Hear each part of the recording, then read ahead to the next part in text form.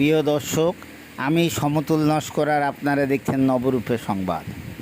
আজ শেষ দফার ভোটে বেশ কয়েকটি জায়গায় বিভিন্নভাবে সংঘর্ষ হয়।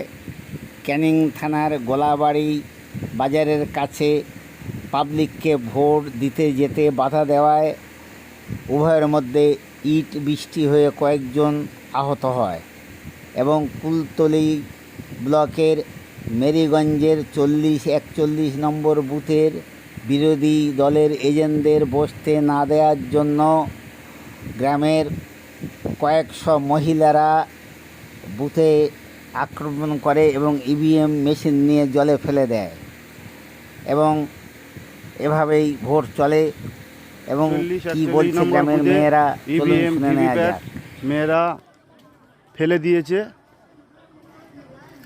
কারণ তাদের স্বামীদের ছেলেদের এজেন্ট বসতে গেলে মারধর করেছে তার জন্য।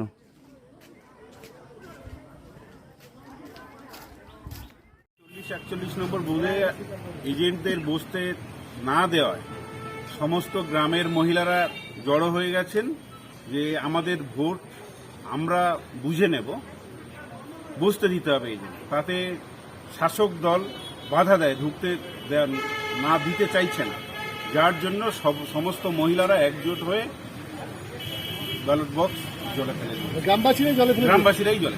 তারা কি কোন দলের সমর্থন করে? দলের না, সবাই সাধারণ নাগরিক। এই কিন্তু এটাকে কি সমর্থন করেন যে কোনোভাবে, কারণ একটা গণতান্ত্রিক পদ্ধতিতে ভোট হচ্ছে, সেখানে যদি অভিযোগ থাকে পুলিশকে জানাবে বা কেন্দ্রীয় বাহিনীকে জানাবে? বা তারা জানিয়েছে, তাদের কাছ থেকে কোনো সদিচ্ছা পায়নি, তাদেরকে ডেকেও কোনো উপকার হয়নি, যার জন্য ওনারা গ্রামের লোকেরা সিদ্ধান্ত নিয়েছে। আপনি কি যাবেন গ্রামে? হ্যাঁ, ডেফিনেটলি যাবো। পুলিশের গাড়ির সামনে গাছে ঘুরে ফেলে দেওয়া হয়েছে, পুলিশের ভূমিকা নিয়ে কিছু বলতে চাই? সে তো আছে, কালকে রাত ভোর কোনো এখনো পর্যন্ত আমি কিউআরটি নাম্বারই ফোন করে পাচ্ছি না। সাধারণ এর মানুষজন কোথায় পাবে? প্রার্থী হয়েও কিউআরটি নাম্বার পাচ্ছি না। কারোর কাছে ফোন করেছি, বলছে আমার কাছে নেই। রিটার্নিং অফিসারের কাছে কিউআরটির নাম্বার নেই। দুঃখজনক ঘটনা। নাকি এটা কি ইচ্ছাকৃত করা হচ্ছে? ইচ্ছাকৃত তো ডেফিনেটলি আমি বলবো। কেন্দ্রীয় বাহিনী যারা বুথে আছে তারা ঠিক আছে, কিন্তু কিউআরটি নাম্বার না পেলে তাদেরকে রাখবো কি করে? তাদেরকে ইনফর্ম করবো কিভাবে? তারা অ্যাকশন নেবে কিভাবে? কিন্তু আপনি কি চান যে ওই বুথে আবার নতুন করে ইভিএম দিয়ে ভোট শুরু? এই সবেমাত্র খবর পেলাম কুলতলি ব্লকের গোপালগঞ্জ গ্রাম পঞ্চায়েতের 130-31 নম্বর বুথে আক্রান্ত বিজেপি কর্মীরা।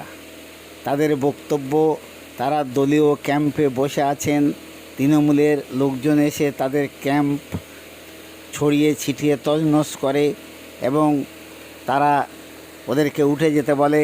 সেই নিয়ে উভয়ের মধ্যে বচসা এবং বৃষ্টিতে জখম হন বিজেপির 2 সমর্থক।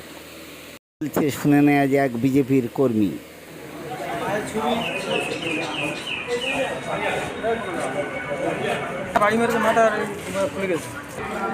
কি নাম তোমার? দয়াল হালদার। কোথায় বাড়ি? কুলতলি থানা, গোপালগঞ্জ অঞ্চল। কত নম্বর বুথ?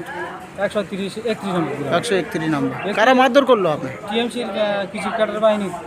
আপনি কোন রাজনৈতিক দলের সমর্থক? আমি বিজেপির সমর্থক। কেন আপনাদের মারধর করলো?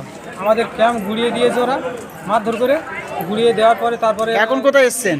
এখন হাসপাতালে এসেছি। ভোটের মধ্যেই আমাদের এই চ্যানেলে পেতে সাবস্ক্রাইব করে বেল আইকন পুশ করে লাইক দিন।